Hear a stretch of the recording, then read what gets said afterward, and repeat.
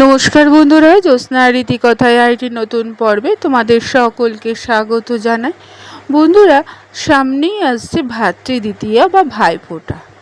বন্ধুরা, এই 2025 সালে ভাইফোঁটা কত তারিখে পালিত হবে, তার পূর্ণাঙ্গ সময়সূচি এবং ফোঁটা দেওয়ার শুভ মুহূর্ত আজকের পর্বে জেনে নেব এবং ফোঁটা দেওয়ার মন্ত্র কি তাও জেনে নেব। আর হ্যাঁ, কেন আমরা ভাতৃদ্বিতীয়া পালন করি তার সম্পর্কেও জেনে নেব। এত কিছু প্রশ্নের উত্তর জানতে গেলে আজকে পুরো পর্বটি তোমাদের দেখতে হবে। ভালো লাগলে সবার কাছে শেয়ার করে দেবে আর একটা লাইক করে দেবে। পাশে বেল আইকনটি অবশ্যই প্রেস করে রাখবে, যাতে পরবর্তী এরকম কোনো ভিডিও নোটিফিকেশন সবার আগে তোমাদের কাছে চলে যেতে পারে। তাহলে চলো আজকের পর্বটি শুরু করা যাক। বন্ধুরা, শাস্ত্রে দীপাবলিকে 5 দিনের উৎসব হিসাবে ব্যাখ্যা করা হয়েছে। ধনতেরাস থেকে উৎসব সূচনা, যার সমাপ্তি ঘটে ভাত ফোঁটা দিলে। প্রতি বছর কার্তিক মাসের শুক্লপক্ষের দ্বিতীয়া তিথিতে ভাইফোঁটা বা ভাতৃদ্বিতীয়া পালিত হয়। ভাই বোনের ভালোবাসার প্রতীক এই উৎসব। এই দিনে বোনেরা ভাইয়ের কপালে ফোঁটা দিয়ে তাদের দীর্ঘায়ু, সুখ, সৌভাগ্যের কামনা করে। বন্ধুরা, এই বছর কবে ভাইফোঁটা পড়েছে, ফোঁটা দেওয়ার নিয়ম এবং শুভক্ষণ কী তা এইবার আমরা জেনে নেব।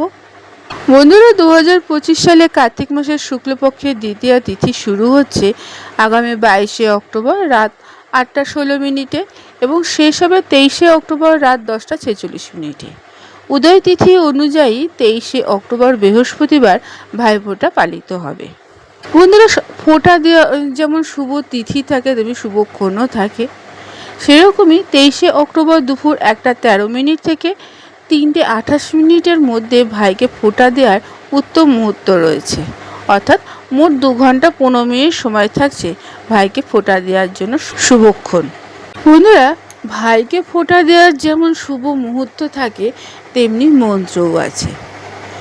এখন আমরা জেনে নেব ভাইফোঁটা দেওয়ার মন্ত্রটা কি। ভাইয়ের কপালে দিলাম ফোঁটা, জমির দুয়ারে পড়ল কাটা, যমুনা দেয় জমকে ফোঁটা, আমি দিই ভাইকে ফোঁটা। এই মন্ত্রের পাশাপাশি ভাইয়ের দীর্ঘায়ু কামনা করে থাকি।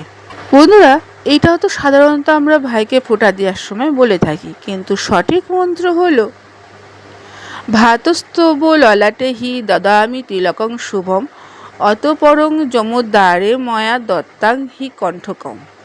এর অর্থ হলো, ভাই তোমার কপালে শুভ তিলক দিই, এর ফলে জমির দ্বারে আমি কাটা দিলাম। এই হলো ভাইফোঁটার মন্ত্র। বন্ধুরা, ভাইফোঁটা তো আমরা দিয়ে থাকি, কিন্তু তোমরা কি জানো কেন ভাইফোঁটা পালিত হয়? যদি না জেনে থাকো তাহলে এবার মন দিয়ে শোনো। বন্ধুরা, ভাতৃদ্বিতীয়া বা ভাইফোঁটা পালনের পেছনে পৌরাণিক কাহিনীর যথেষ্ট উল্লেখ পাওয়া যায়। এই কাহিনী অনুযায়ী সূর্যের কন্যা যমুনা নিজের ভাই যমকে খুব ভালোবাসতেন। যমকে প্রায় নিজের বাড়িতে ভোজনের জন্য ডাকতেন, কিন্তু ব্যস্ততার কারণে যম বোন যমুনার নিমন্ত্রণ রক্ষা করতে পারতেন না। তবে বারবার বোনের আমন্ত্রণ পেয়ে অবশেষে বোনের বাড়ি যান। তখন যমুনা যমকে ফোঁটা দিতে তাকে স্বাগত জানান এবং আপ্যায়ন করে। প্রচলিত বিশ্বাস অনুসারে যেদিন যমুনার বাড়ি যান সেই দিনটা ছিল কার্তিক মাসের শুক্লপক্ষের দ্বিতীয়া তিথি। বোনের আপ্যায়নে খুশি হয়ে যম তাকে প্রতিশ্রুতি চাইতে বলেন। যম যাতে প্রতি বছর এই তিথিতে তার বাড়িতে আসে এই প্রতিশ্রুতি যমুনা চেয়ে নেয়। যম তাতে সম্মতি প্রদান করেন, পাশাপাশি আশীর্বাদও দেয় যে এই তিথিতে যমুনা নদীতে স্নান করলে অকাল মৃত্যুর ভয় দূর হবে।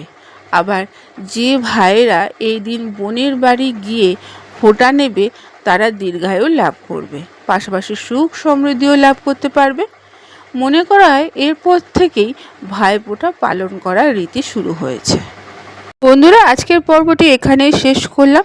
এতক্ষণ আমার ভিডিওটি দেখার জন্য ও শোনার জন্য তোমাদের অসংখ্য ধন্যবাদ।